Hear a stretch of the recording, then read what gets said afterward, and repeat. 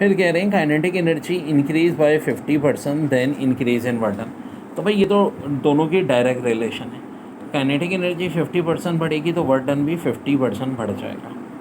The unit of electric field is, अब ये बड़ा दबंग सवाल था।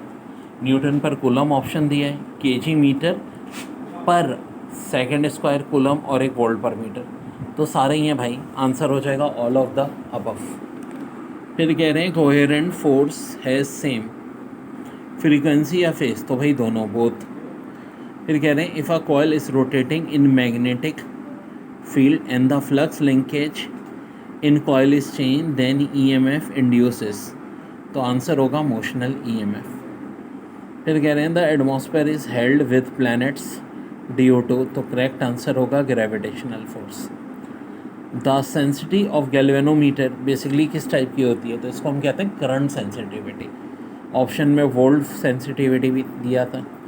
If a particle is moving with speed v in direction of north and magnetic field is out of the page, then the direction of force experienced by the particle will be, तो याद रखो west.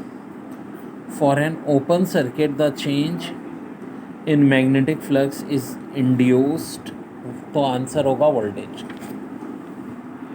फिर change in bottom cork पूछ रही, QUARK cork होता है down का, तो डाउन का होता है -E/3 बच्चों, और याद रखना पॉजिटिव का होता है, अप का होता है हमेशा 2E/3।